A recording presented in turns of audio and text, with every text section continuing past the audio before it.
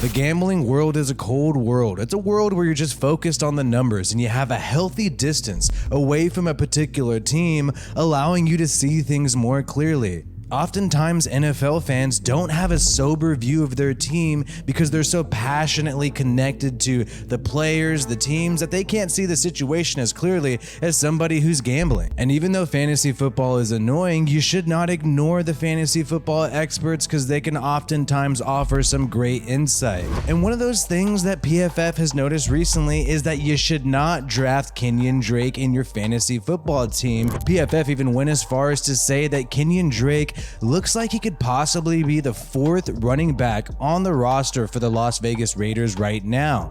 When you check out the game yesterday, one person who popped off in particular was Ameer Abdullah. Ameer Abdullah, who was clearly the third down back. He was on the field the majority of times when the Raiders were on 3rd and long, and you saw him pick up those few pass receptions and also had a nice run and actually scored the first touchdown of the season. Well, the preseason, but you know what I'm saying, the season, right? And what was even crazy is Kenyon Drake did not even see the field until the second quarter. You had Zamir White, Josh Jacobs, and Ameer Abdullah all make appearances before Kenyon Drake. Kenyon Drake was out there when we didn't even have much of the starting offensive line on the field. You saw Alex Leatherwood off the field, Jermaine Illuminar out there instead, and that's when Kenyon Drake was running the ball. Josh Jacobs had a monster game and showed why he is the #1 running back on the Raiders roster, but we do know that Josh McDaniels and the Patriots typically have a running back committee. They don't have a bell cow like the Raiders did under John Gruden. So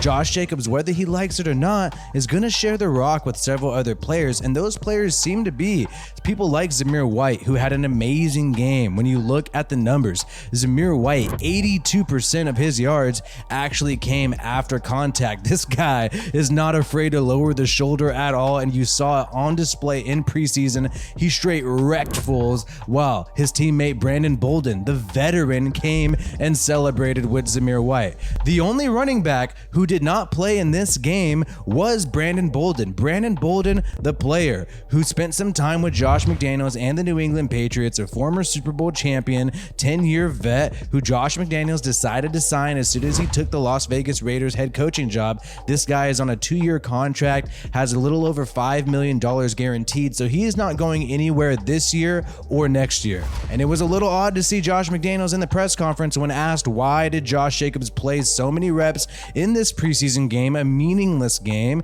and he said, oh, well, all the running backs played.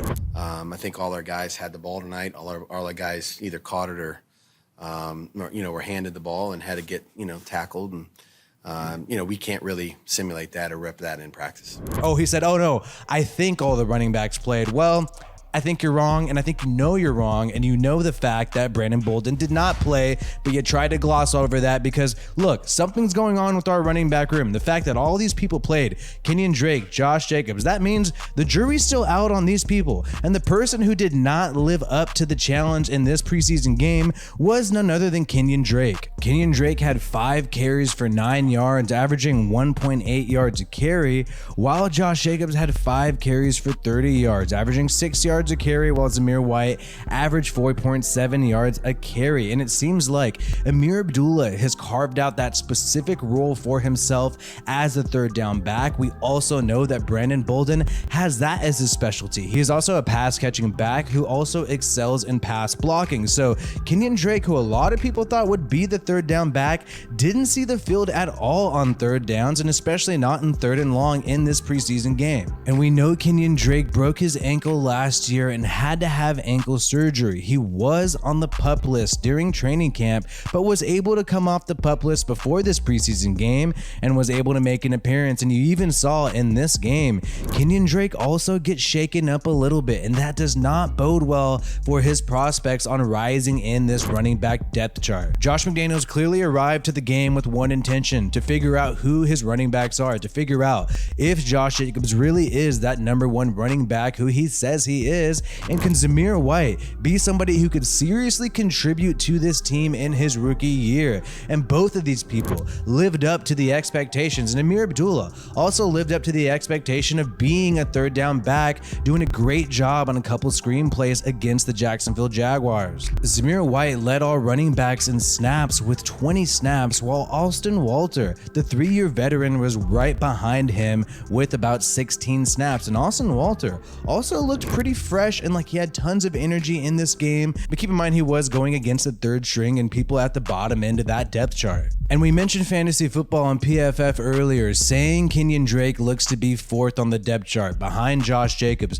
behind Zamir White, behind Ameer Abdullah at number 4, but he's actually 5th when you think about it. Brandon Bolden appears to be the number 1 back. Josh McDaniels is guy from New England who's on that 2-year contract. So when you look at it, and if you're going to agree with the PFF fantasy estimation here, Kenyon Drake actually looks to be 5th on the depth chart as it stands today. Kenyon Drake is 28 years old and signed a contract with the Las Vegas Raiders in the 2021 offseason. He had $8.5 million guaranteed at signing, with an average salary of $5.5 million a year. In 2022, he has an $8 million dead cap hit, according to Spotrac, with a $3.8 million cap hit. So the Raiders would not be able to move on from Kenyon Drake without losing some cash this year. However, he had a restructure in his contract recently, allowing the cap hit to be spread out over multiple years,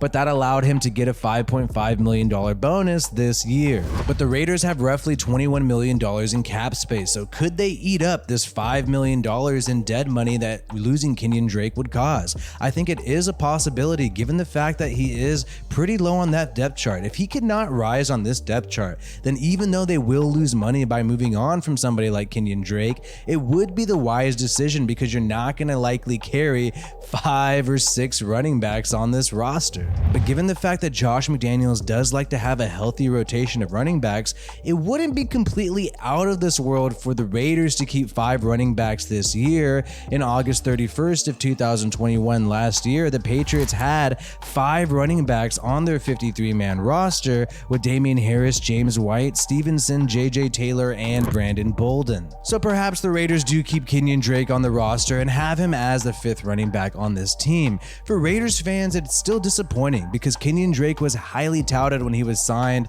last offseason. People were really excited about what he could do with Josh Jacobs, the tandem of Drake and Josh. Memes were created about this instantly once it was even mentioned. And it's unfortunate for Kenyon Drake, because injuries are really what's held him back, especially getting one towards the end of last season that's going to affect you going into training camp this year. But for Raiders fans, it could be a positive if Drake is lower on the depth chart. That means that you have a lot of new people here who are making a splash. People like Zamir White, who looked really talented last night but definitely struggled in the receiving game. And then you have someone like Ameer Abdullah, a great third down back, and Brandon Bolden as well, who appears to be the leader and the veteran and the former Super Bowl champion of that running back room. Let me know how you think this running back room will shake out. What do you think the depth chart will look like for this running back unit? My name is WiFiWillie of the Raiders Rundown. Like this video if you haven't already, and subscribe to the Raiders Rundown for more Raiders content. Peace out, and I hope you have a good one.